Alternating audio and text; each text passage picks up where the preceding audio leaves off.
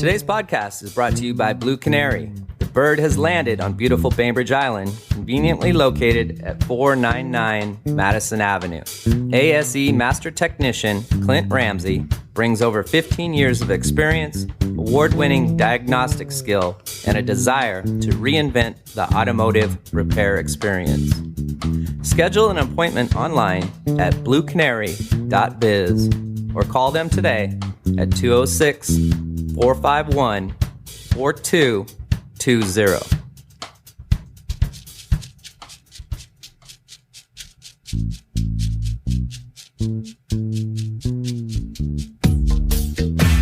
I got something for your mind, body, and soul.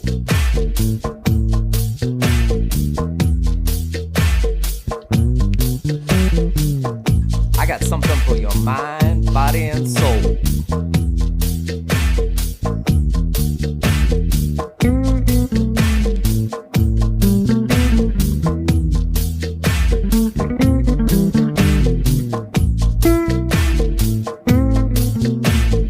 You have found the B.I.STANDER podcast. Now here's your host with the most, Tiny Tim.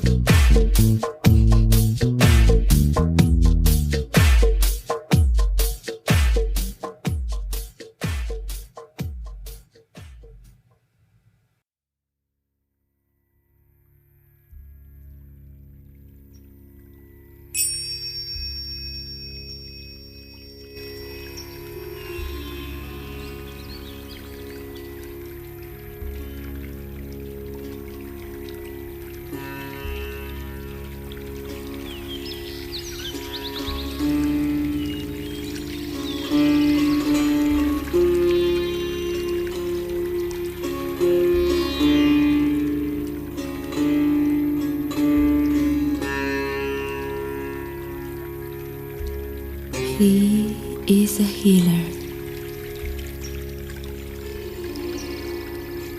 The sufficer.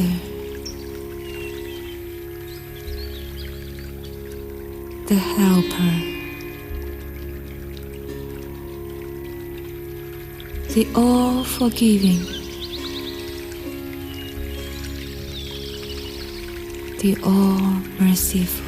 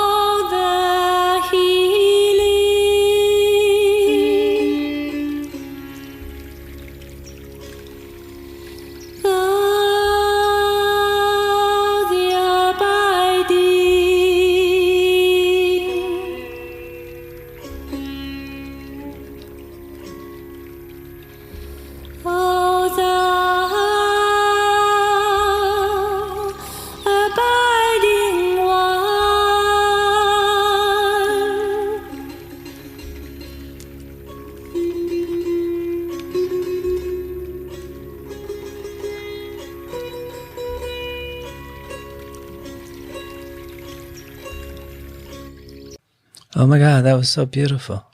Thank you for sharing that with me. What's cracking, Podcastville? You found the Bystander Podcast. Thank you to Blue Canary and Tideland Magazine, as well as Sound Reaper Graphics, for sponsoring the show. You can also show your support through Patreon. Today, I am very blessed and honored to have two incredible guests that I'm just amazed that I could come across on this beautiful island of Bainbridge Island. Lixin, the high priestess and the mystic voice, as well as her son, Sarir. How are you two doing? Oh, we are very well. Thank you. We are very happy to be here. How you doing? I'm happy too. Yes, you guys are two very creative individuals that are family that have come together for one to play a little bit of music for us today, and I really appreciate your time. Tell me a little bit of your story is incredible. Tell me how it all started when you were in school in China. Well, actually, it started when I was born. My mother says that I sang before I spoke.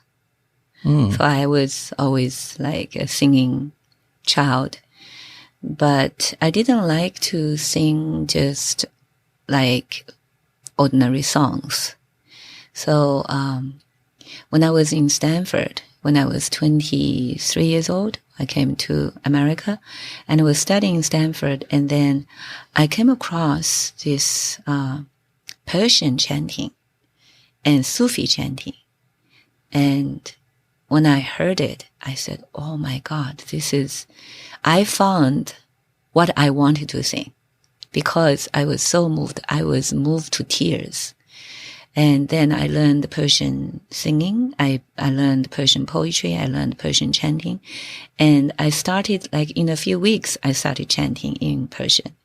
And you had never chanted before? I've never chanted before. I sang. But chanting is different from singing. And how's it tie into meditation?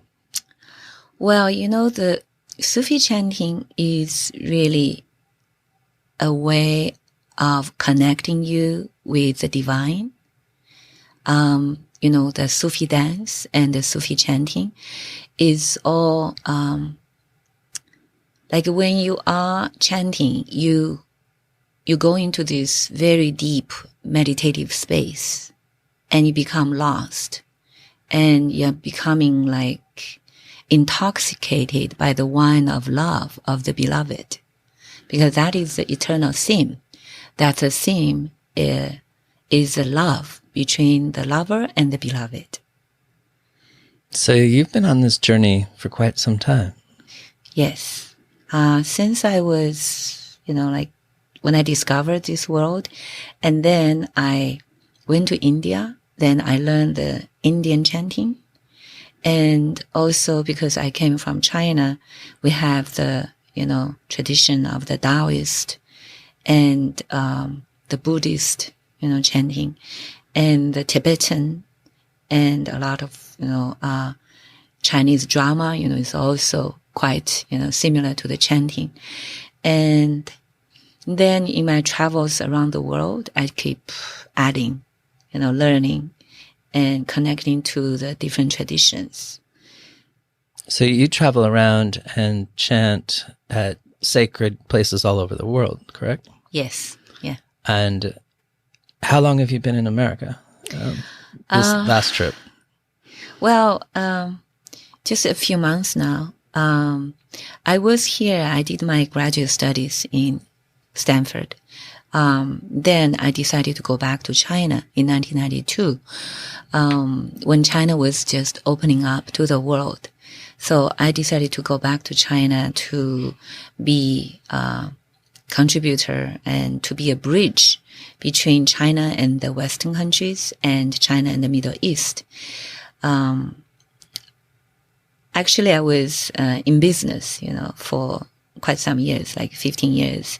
And I did not So when I went back to China, I did not follow my heart or my passion in music and chanting.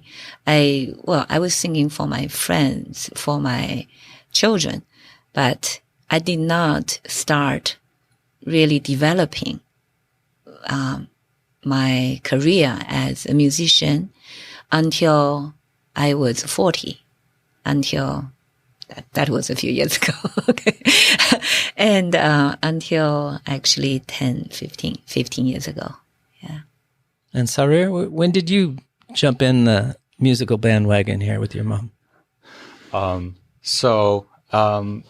I come from a musical family. So as you know, my mom here, she likes singing. She chants, as you heard earlier, spiritual music. And I have three siblings too. They're also musical. So I'm the youngest one in the family, and music has been a big part in my life growing up. So I feel like, it has been with me since I was born. And to be honest, I feel like, all of us have some music in us. So I feel like it's not just my journey with music. That's my mind is like way too ahead of my words. But music is such a for me it's something profound. So sometimes words cannot describe what music is.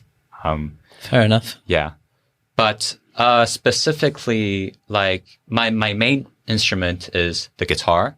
So I started that 7 years ago. And what else do you play? I also play a bit of piano. I play, there are a lot of random traditional instruments that I also tried. Maybe I can expand, the listener's taste on some of, the instruments. So in China, where I grew up, there are some traditional instruments there's one instrument called the Guqin, which is, have you heard of it? No, I have not. The Guqin it's a plucked instrument. You set it on a table, and it has 7 strings. So it's like a board. Mm-hmm. You put it on the table horizontally, and you have 7 strings, and you plug the strings with your right hand, and you use your left hand to slide to press on the positions. Mm-hmm. And that's the meditation. That's like one of the main instruments of meditation since ancient times of China. So if you know Confucius, those sages, Lao Tzu, they all used to play that instrument as a way of meditating. Lixin, mm-hmm. How deep have you gotten spiritually into learning about all the different spiritual powers? I'm not sure I understand exactly what. Like Confucius, your son just brought up Confucius. Uh-huh. Have you studied Confucius and others similar? Yes. I am a really lover of truth and beauty, and especially, I'm always seeking that writings that contains the profound truth and to answer the mystery of life. So I read, I read Confucius, I read Lao Tzu, Lao Tzu is my favorite, Tao Te Ching, that has been my favorite all life. And I read Bhagavad Gita and also Buddhist writings, Christian, Islam, Baha'i faith, Baha'i teachings, and also the Native American. So I read a lot, the myth and legend also of many indigenous cultures. I I'm just attracted by those stories and the poetry and those words. You know, as musicians, we all have inspiration, like we need muse, like to inspire our creation. So I find I get my inspiration from these sacred writings, this beautiful poetry, and the myth and legend. You know, they become my source of inspiration and the raw material that, you know, that I work on. And then also another inspiration is the world music. As I travel, I work with musicians of different cultures. And so this rich diversity of the human family, really, you know, the cultures, the differences, and how each culture has a unique expression is so beautiful. Yes, your voice is lovely. Very lovely. So tell me some of the sacred places around the world that you've sang at. For example, Israel. I've been to Israel a lot. And Israel, I've been to many places in Israel. And then China, there are many sacred places. And Europe, some sacred grounds. And Korea and Peru. Yeah. So what makes a sacred ground? I think, you know, if we really want to go to like philosophically, everywhere is sacred. But then when I say that sacred grounds, I mean like a place that where, like sages have walked there. For example, in Israel, like Christ, where Jesus has walked upon. Or in China, there are also sages. They have like their burial ground. For example, my hometown is a sacred ground because the founder of the Chinese civilization, who was the father of herbal medicine, the father of agriculture, yes, and music and commerce. He was buried in my hometown 5,600 years ago. So that makes it a sacred ground. So I grew up there. Very much so. Yes. When was the last time you were there? Oh, that was 2 years ago, before the COVID. Right before the COVID. How do you see China changing in your lifetime? I see China. I think my generation has seen the biggest change in China's history. When I was growing up, when I was a child, China's countryside was still like thousands of years ago. That lifestyle had not changed. But in a matter of 40 years now, all is gone. How so? Because when China opened up to the world, like after Mao Zedong died, Deng Xiaoping came to power and in 1977, and then he started the reform in China, and then a lot of economic reform. Okay, so then brought a lot of technology investment and into China. So then China became, began this very rapid economic development. And this has brought, of course, benefits, but also has brought environmental disasters and also culture, really a lot of course, the cultural tradition was, China has gone through 100 years of cutting the root of the traditional Chinese culture. They say in order to build a new culture, you have to get rid of the old culture. So China went through that since last century, like 1911. So there's a lot of changes, but the landscape change, I would say, happened in the last 40 years. Where's the most beautiful place that you've been? You mean China or where in the world? Anywhere in the world. I cannot say the most beautiful because I see like many places. I see it's beautiful. Have you been to New Zealand? That's what I always think is the most beautiful place that I've been to. Lord of the Rings was shot there, right? So, gotta be. No, I have not been to New Zealand, but there's a place where I think it was Avatar was shot in China, in my hometown. That's very beautiful. Are you talking about the rock formations? Yes. That part? Right. Yeah. Yeah, that's amazing. Yes. It's just like a fantasy land. Yeah, the place is in Hunan, the Hunan province, Yeah. and it's called Zhangjiajie. I don't know if you can remember the Chinese name, but if you have the time, you can search it up. It's very beautiful. It's it's basically rock formations that's just standing up like at least 1,000 feet tall.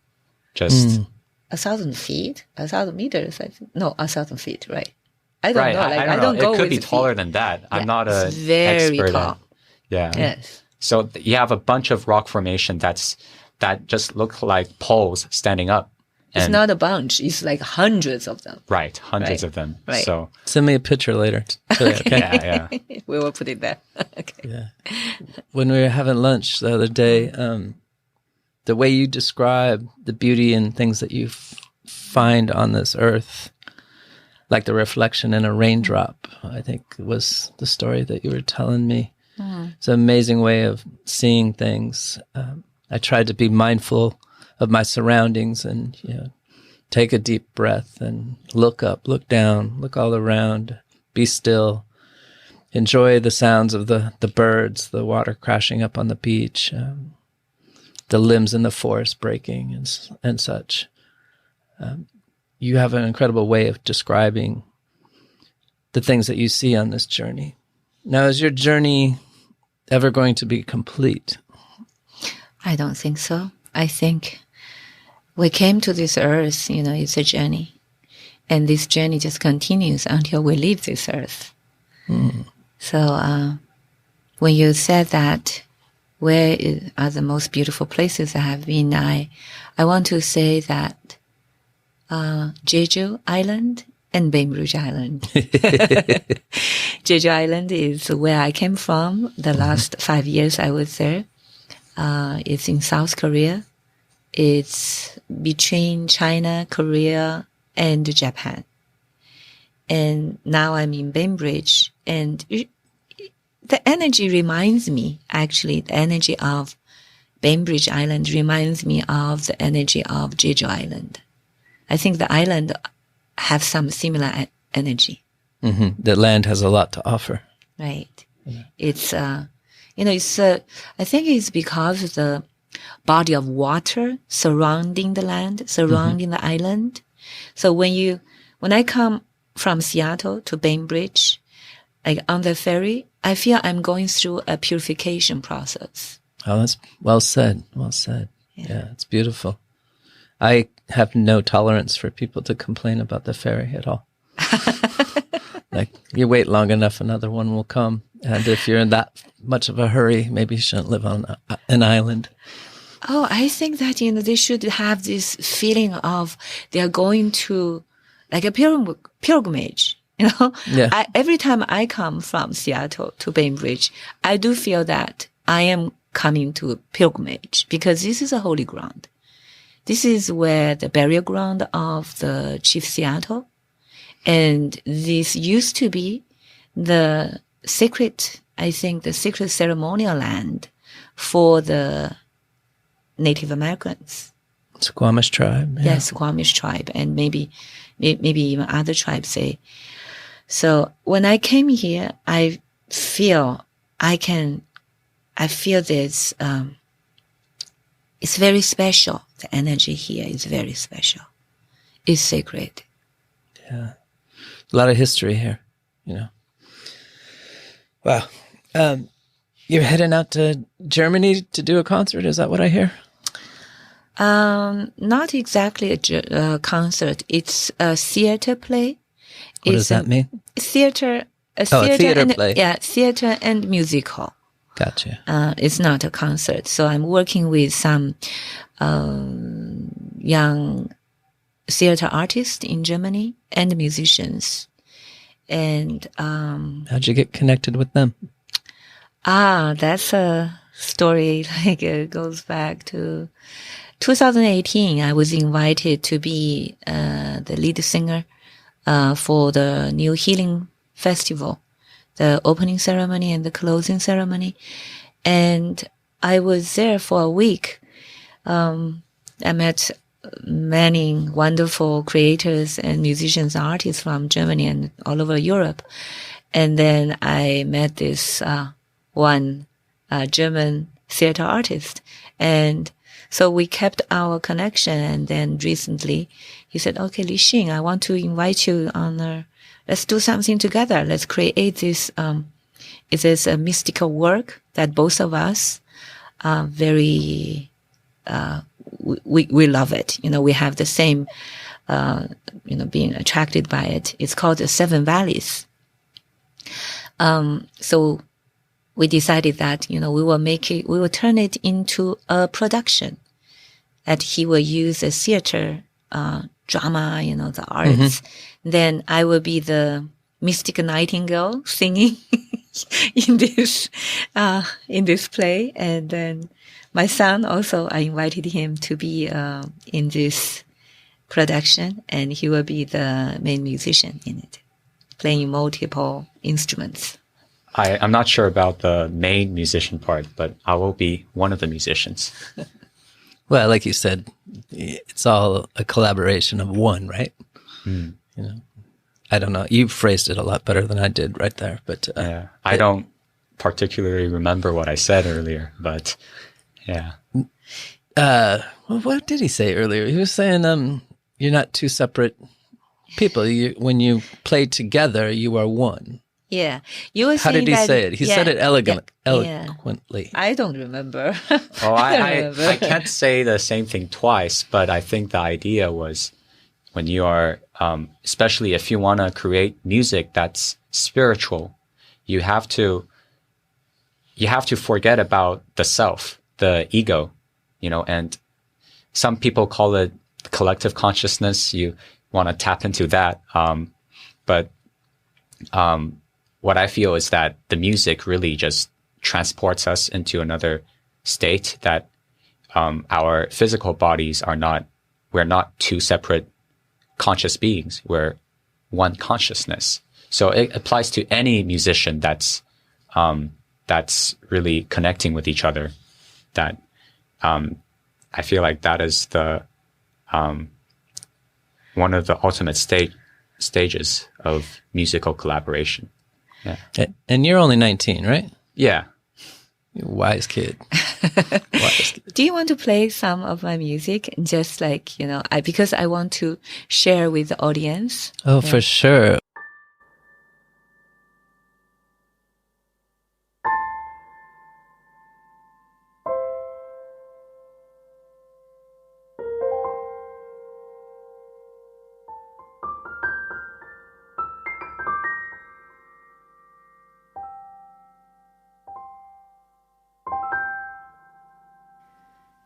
به تو افتادم نظر چهره به چهره رو به رو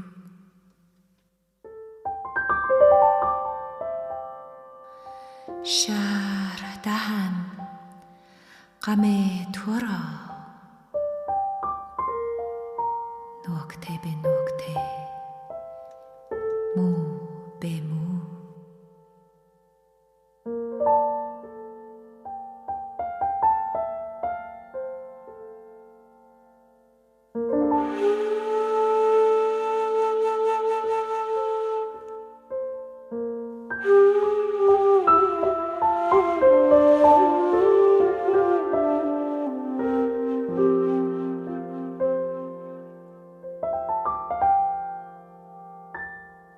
گر به تو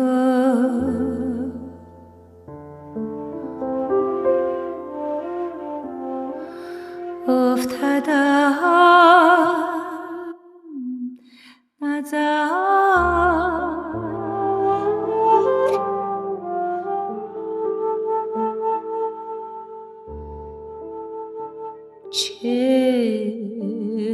به چهره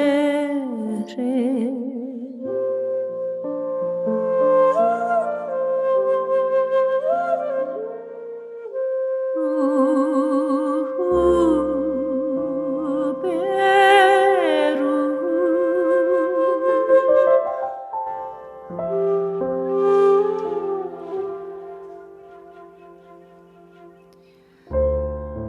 شرح دهم غم تو را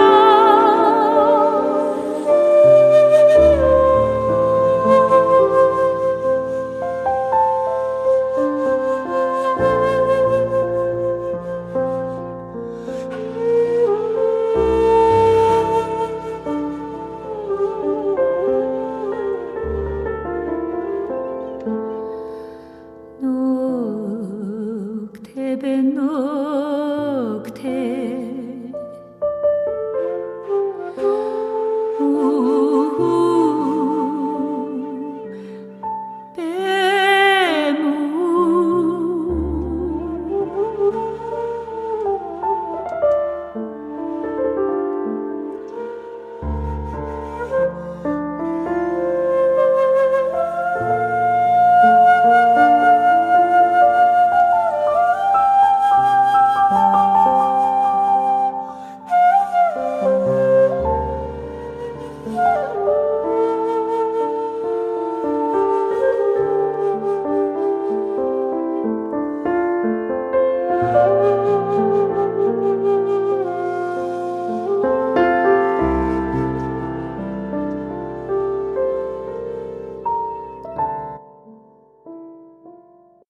Oh my God, that was so beautiful. What was that called? It's face to face. It's in Persian or Farsi. This is actually, I wanted to, this song is especially for the sisters, my dear sisters and brothers in Iran. You know what now is happening in Iran? It's a revolution that is happening. It's an uprising for sure. Yeah. Long overdue.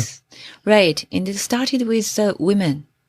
And this song actually was written by a poetess who, 200 years ago, who took off her veil. She was the first woman who took off the veil from, in public. And then she was strangled to death. She's a poetess, and her name is Tahere. And the song that you just played is from her poem. It's called Face to Face. It describes her love for her beloved. And it's a beautiful poem. It says, if I ever meet you face to face, eye to eye, I shall recount the sorrows of love. That's beautiful. Yeah. Can we play another? Yeah.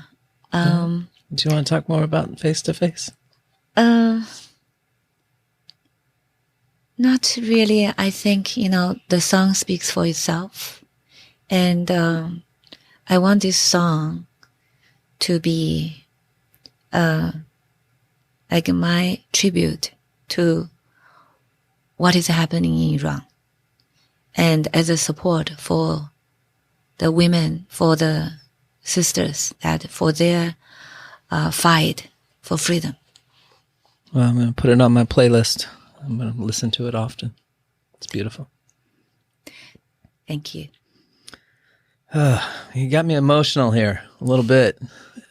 This is just incredible that you can chant in multiple languages and that you've traveled so much. I think traveling is so important, especially as a young man. You need to get out there and see that there's so many people that are different, but yet we're still alike and have commonalities. And then the terrain, whether it be an island or a desert, there's beauty in all of that. And getting out to see it is a real blessing.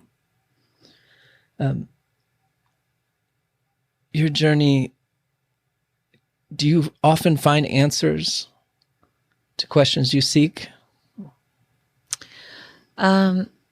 Usually, yes, I find answers to questions, but some answers do not come immediately. No. They may take like a long time. And then when you think that you have found the answer, but after some time you find, okay, well, it seems that there are new questions, or the answer that you found at that time, it feels like now is not the answer anymore. So you just keep seeking and seeking. Does that frustrate you? Or is that part of the journey that excites you? I think it's both frustration and excitement, because with the frustration, it's also a pushing force that, you seek, deeper or wider, or out of what is already the existing terrain that, you want to go venture into. I find that whenever I'm frustrated, then it becomes a motivating force, actually, for me. You dive in further and look for a deeper answer. Deeper or higher or wider, right. Yes. Yeah, I got you. All right. Let's play this Journey Home, and then you can tell me a little bit about it. Okay? Okay.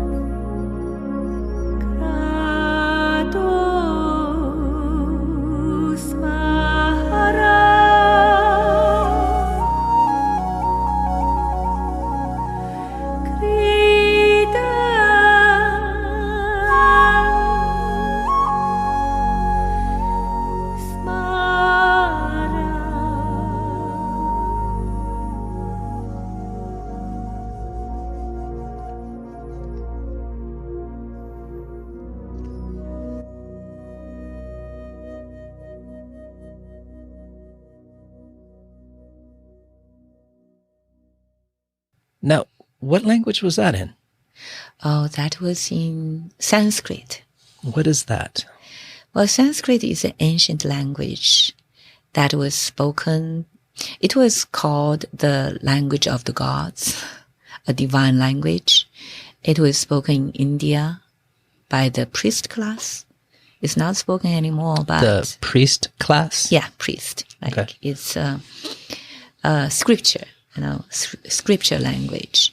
Nobody really speak, that language anymore, but you can still, like, the meaning of the Vedic scriptures was revealed in Sanskrit. So like Bhagavad Gita, that's my favorite, is in Sanskrit. And many of the Buddhist scriptures was revealed in Sanskrit, was written in Sanskrit. So I learned Sanskrit. It's my favorite language. I call it the language of divinity and sweetness. So how many languages are you fluid in? Speaking, not that many. Speaking, I'm fluent in 3 languages: Persian, Chinese, and English. But I chant in 7 languages. I chant in Sanskrit, Persian, Arabic, Hebrew, and Chinese, English, and Korean. Now I'm learning some more. Yeah, what's the next one? The next one, probably German, because I'm going to Germany. I'm working on this production, and my collaborator in Germany wants me to see whether I want to chant in Persian or in German. I said, original, the seven values is a mystical work by Baha'u'llah, and it's revealed in Persian. So originally I was thinking I should chant in Persian because it's a very sweet language, very mystical. But then when I heard my collaborator, his oration or narration in German, I said, wow, it's so beautiful. Maybe I should learn also German in order to chant in German. But we'll see. I don't know. Yeah, you gotta pick a country. Where do I want to visit? I think Sweden. Let me learn. Oh, no, Swedish. Swedish. No. I'm not going to try that one. That's too hard for me. Pick another one. Yeah. Hey, well, I appreciate you guys coming in today and taking the time to introduce myself and Podcastville, what you do, which is incredible. You're both very grounded, incredible people, and very thankful I've met you. Well, thank you for inviting us here. We feel honored to be here. Well, I appreciate you saying that. Will you guys be so kind to play some live music? Play the end of the podcast out for us? Yeah, sure. Yeah. Great. Okay. You've been listening to Bystander. Be kind.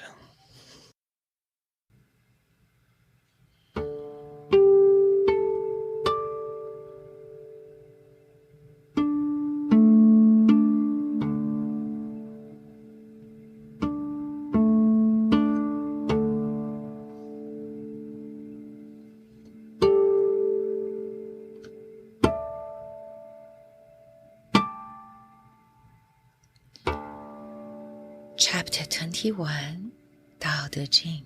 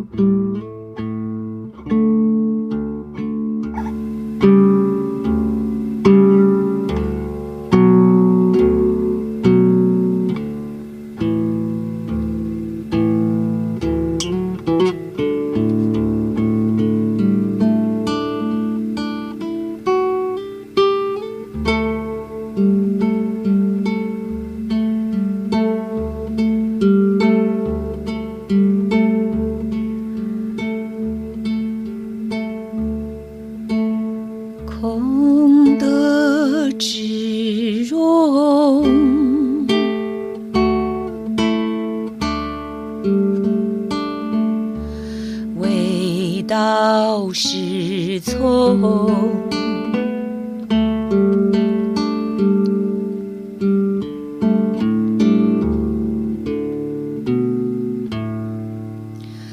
道之为物，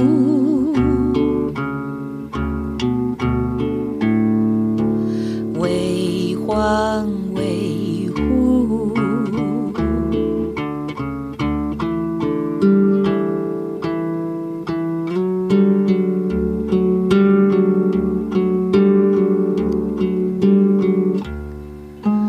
呼吸欢喜，其中有相，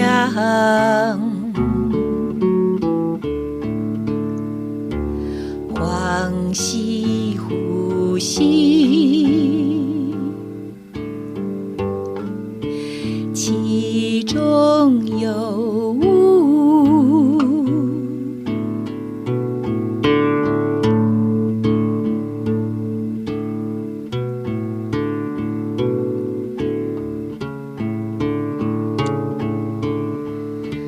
要息